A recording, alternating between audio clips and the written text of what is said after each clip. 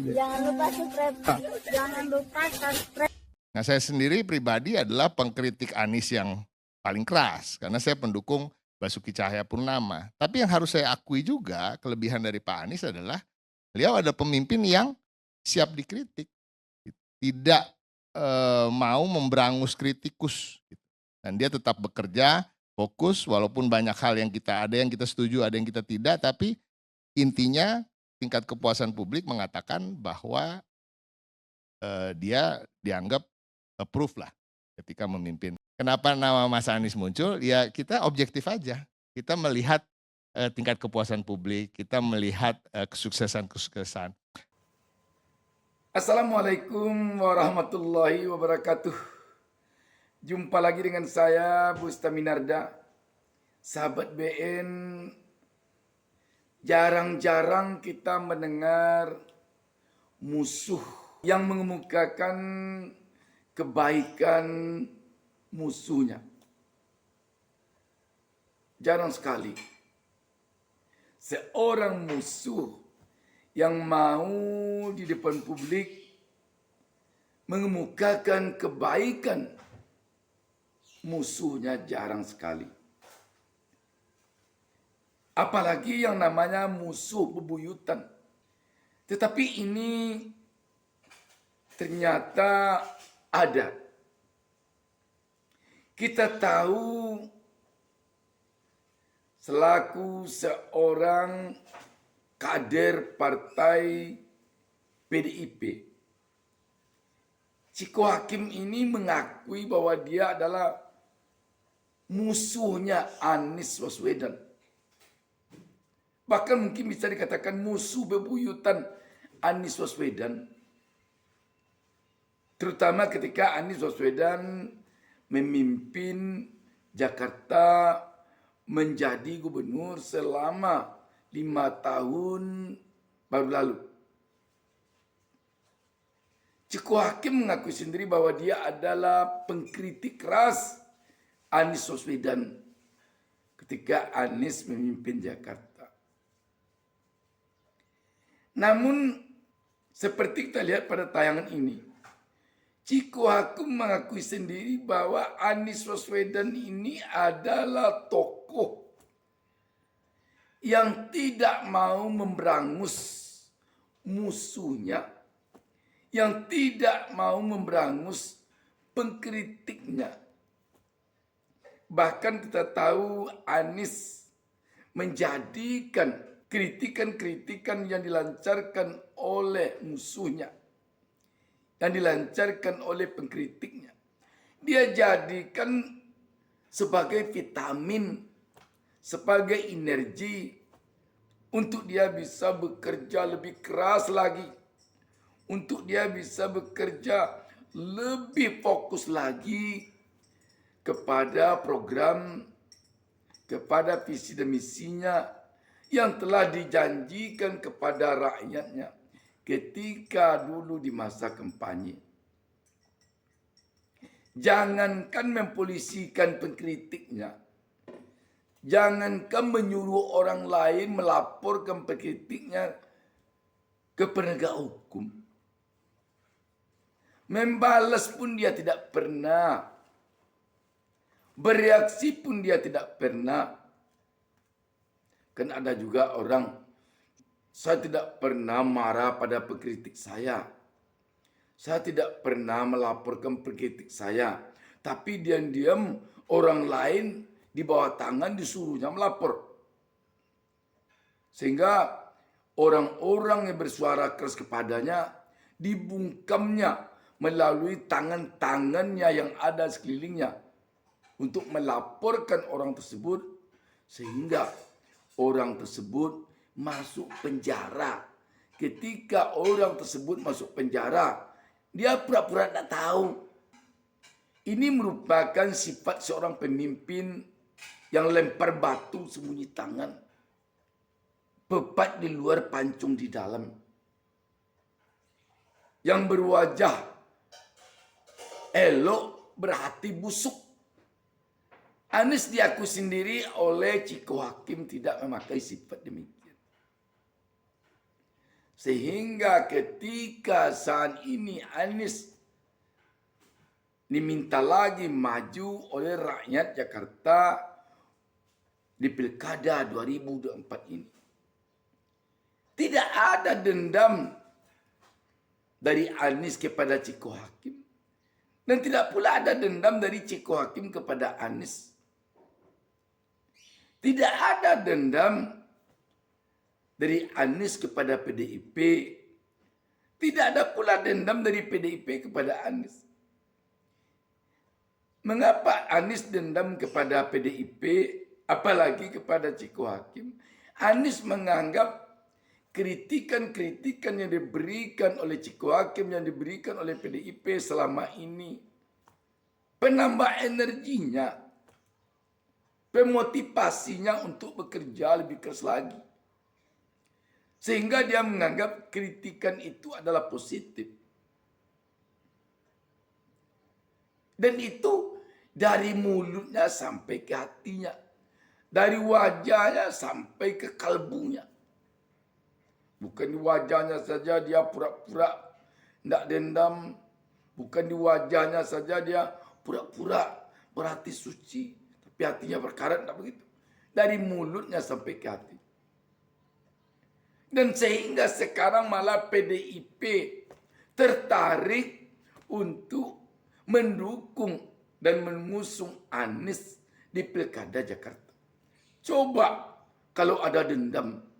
Coba kalau ada sakit hati. Tidak mungkin. Paling-paling Anies mengatakan, saya biar tidak jadi sah. Kalau didukung oleh itu. Atau PDIP mengatakan, saya biar tidak mendukung siapapun. Biar golput. Asalkan tidak mendukung Anies. Ini sulit sahabat BN menjadi tokoh seperti ini. Tetapi ternyata bisa. Kalau memang tokohnya itu berhati bersih. Tidak munafik. Tidak pepat di luar, pencung di dalam. Dan kuncinya lagi seperti dikatakan oleh Ciko Hakim. Kalau pemimpinnya memang punya kewibawaan. Dan memang kita akui. Destas-desus mengatakan. Gubernur, bupati, wali kota. Kalau bupati, wali kota. Harus punya hubungan politik yang bergaris lurus. Kalau bupati wali kota dengan gubernur. Kalau gubernur dengan presiden. Kalau begitu, jika presiden sekarang dari Partai Gerindra, tentu seluruh gubernur, bupati wali kota di Indonesia ini harus Gerindra. Kalau presiden sekarang ini dari koalisi Indonesia Maju, tentu seluruh gubernur, bupati, wali kota di Indonesia harus dari koalisi Indonesia Maju. Kalau begitu, apakah masih ada juga demokrasi? Tentu tidak. Banyak rakyat yang tidak peduli dengan koalisi-koalisi ini. Rakyat hanya peduli dengan tokoh yang akan memimpinnya. Tidak mau tahu dia, oh ini tokoh ini dari koalisi Indonesia Maju. Oh tokoh ini dari koalisi Indonesia tidak maju. Oh koalisi ini dari tokoh perubahan. Oh koalisi ini dari tokoh yang tidak mau berubah-berubah. Tidak peduli rakyat. Yang peduli rakyat, apakah tokoh ini adalah tokoh yang menurut keyakinan rakyat bisa dicontoh, diteladani.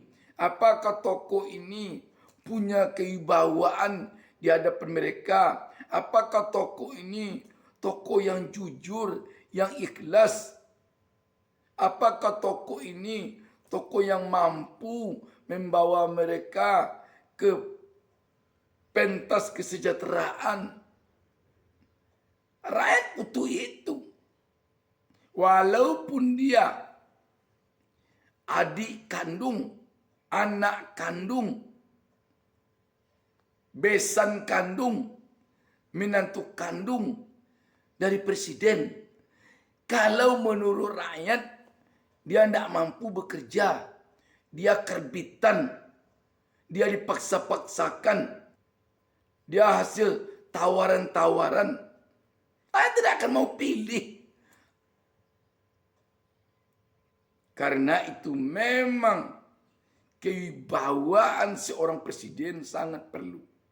Terkait dengan kalau pemimpin ke depan ini harus yang bisa bersinergi. Sebenarnya kan itu udah diatur dalam undang-undang. Ada undang-undang tentang hubungan pemerintah pusat dengan pemerintah daerah yang mengatakan bahwa memang gubernur ini bertanggung jawab pada presiden. Gubernur ini melalui ya kepanjangan tangan dari pemerintah pusat dan berhubungannya kan melalui Kementerian Dalam Negeri. Jadi sebenarnya seharusnya tidak ada masalah. Seharusnya tidak ada masalah kalau presidennya punya wibawa ya. Kalau presidennya berwibawa, walaupun gubernur tidak segaris partai dengan presiden, kita yakin gubernur itu akan mampu bersinergi dengan presiden. Karena gubernur itu melihat presiden ini punya kewibawaan. Presiden ini bukan presiden penuh dengan kepura-puraan. Oh, dia ini merayat nih. Dia mau masuk ke kolong jembatan. Oh, ini dia merayat nih. Sepatunya harganya hanya 5.000. Oh, dia merayat ini. Baju ini pakainya baju cabik-cabik, compang-camping. Tidak percaya seorang gubernur dengan penampilan seorang presiden yang seperti itu. Kalau hati presidennya tidak baik, kalau hati presidennya pepat di luar, pancung di dalam, kalau kewibawaan presidennya tidak ada, kalau presidennya hanya sibuk dengan soal bagaimana keluarganya bisa maju. Tetapi kalau presidennya memang mementingkan kepentingan umum dari kepentingan pribadi, mementingkan kepentingan rakyat dari kepentingan partai dan kelompoknya, maka gubernur akan menurutinya. Apabila gubernur tidak menuruti presiden yang punya kewibawaan seperti ini, maka rakyatnya akan menekan gubernur ini. Sudah sebaik ini presiden kita, sudah sejujur ini presiden kita, sudah seikhlas ini presiden kita. Masa Pak Gubernur tidak mau juga nuruti dia? Itu kata rakyat kepada gubernur. Sahabat BN. Jadi seperti kata Ciko Hakim tadi, tidak akan jadi persoalan di negara demokrasi ini kalau presiden dengan gubernur tidak satu garis partai, tidak satu garis koalisi. Tidak akan jadi persoalan kalau gubernur dengan bupati wali kotanya tidak satu garis partai. Memang kalau di Jakarta wali kotanya tidak dipilih oleh rakyat. Dia adalah wali kota administratif. Tetapi di provinsi lain kan bupati wali kota dipilih rakyat. Tetapi itu tidak akan jadi persoalan. Yang penting untuk gubernur, presidennya punya kewibawaan, bisa dicontoh, diteladani. Tidak pagi tempe, sore tahu. Tidak sore tahu, besok tempe lagi. Tidak bolak-balik pendiriannya. Untuk gubernur, dia akan dituruti oleh bupati wali kota. Apabila gubernurnya memang punya kewibawaan. Tidak gubernur seperti pimping di lereng. Kemana angin kencang, dia merunduk pula ke sana. Sahabat BN, apa yang disampaikan oleh Ciko Hakim ini benar sekali. Peraturan perundang-undangan telah mengatur hubungan antara pemerintahan pusat dengan pemerintahan di daerah. Tidak ada yang perlu dipersoalkan. Tidak perlu satu garis partai. Tidak perlu satu koalisi. Ini negara demokrasi. Asalkan presidennya berwibawa, presidennya mau menuruti peraturan perundang-undangan yang berlaku, patuh kepada konstitusi. Kalau 2 periode ya 2 periode, jangan mau 3 pula periodenya, jangan mau 4 pula. Kalau menurut peraturan yang ada, kalau menurut undang-undang yang ada, kalau menurut regulasi yang ada, ini jalan-jalannya, ini hubungannya harus dilakukan antara pemerintahan pusat dengan pemerintah daerah. Patuhi itu. Jangan bekerja di luar itu. Itu yang penting. Dan yang paling penting sekali tentu, pemimpin ini bisa dicontoh, diteladani. Presiden itu harus punya kewibawaan, harus bisa dicontoh, diteladani oleh gubernur, oleh bupati wali kota, oleh rakyat. Gubernur itu harus bisa dicontoh, diteladani oleh bupati wali kota, oleh rakyat. Bupati wali kota itu harus bisa dicontoh, diteladani oleh rakyat. Ini yang penting. Dan kita yakin Prabowo Subianto akan bisa menjadi presiden yang bisa dicontoh, diteladani nanti oleh rakyat. Dan kita yakin bagi Prabowo, siapapun yang menjadi gubernur di seluruh Indonesia, tidak hanya Jakarta, apakah satu garis partai dengan dia atau tidak, apakah satu garis koalisi dengan dia atau tidak, bagi Pak Prabowo tidak akan peduli dia dengan itu. Yang peduli Prabowo nanti, kita yakin adalah apakah dia mencintai Indonesia atau tidak. Apakah dia punya komitmen untuk membangun republik ini atau tidak. Kita yakin hanya itu patokan terpenting bagi Prabowo. Kenapa kita kata demikian? Beliau seorang mantan prajurit, pensiunan jenderal yang biasa taat dan patuh, disiplin kepada peraturan perundang-undangan yang berlaku. Kita tidak yakin beliau nanti akan mengubah-ubah undang-undang dengan cara-cara yang lucu, dengan cara-cara yang kontroversi. Kita yakin Prabowo tidak akan mau nanti memanfaatkan lembaga penegak hukum MK atau MA untuk mengubah-ubah aturan yang ada. Kalau perubahan yang dilakukan itu akan menimbulkan kontroversi di tengah-tengah publik, akan menimbulkan protes di tengah-tengah publik, kita yakin Pak Prabowo tidak akan melakukan itu. Kalau Pak Prabowo nanti melakukan itu, maka yang akan ditulis dengan tinta hitam oleh rakyat ketika beliau nanti tidak jadi pemimpin lagi, bukan hanya Prabowo pribadi saja, tapi akan ditulis oleh rakyat Prabowo selaku seorang mantan prajurit TNI,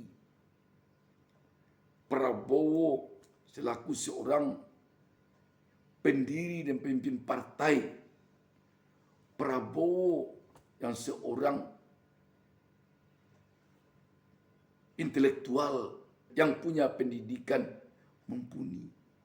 Dan yang lebih penting lagi, akan ditulis oleh rakyat dengan tinta hitam.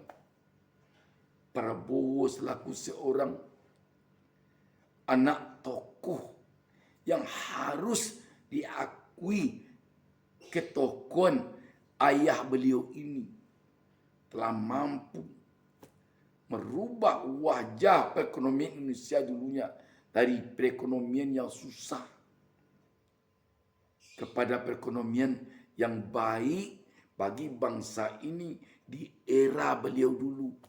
Ini harus diakui, terlepas dari kelebihan dan kekurangan era Orde Baru. Ayah Pak Prabowo ini merupakan tokoh yang berjasa di dalam mengangkat perekonomian bangsa dan negara Indonesia. Dan tentu Pak Prabowo tidak akan sampai hati mencoret nama baik ayahnya itu dengan tinta hitam gara-gara Pak Prabowo tidak punya komitmen terhadap rakyat di dalam memimpin bangsa dan negara ini 5 tahun ke depan. Itu saja sahabat BN. Wassalamualaikum warahmatullahi wabarakatuh.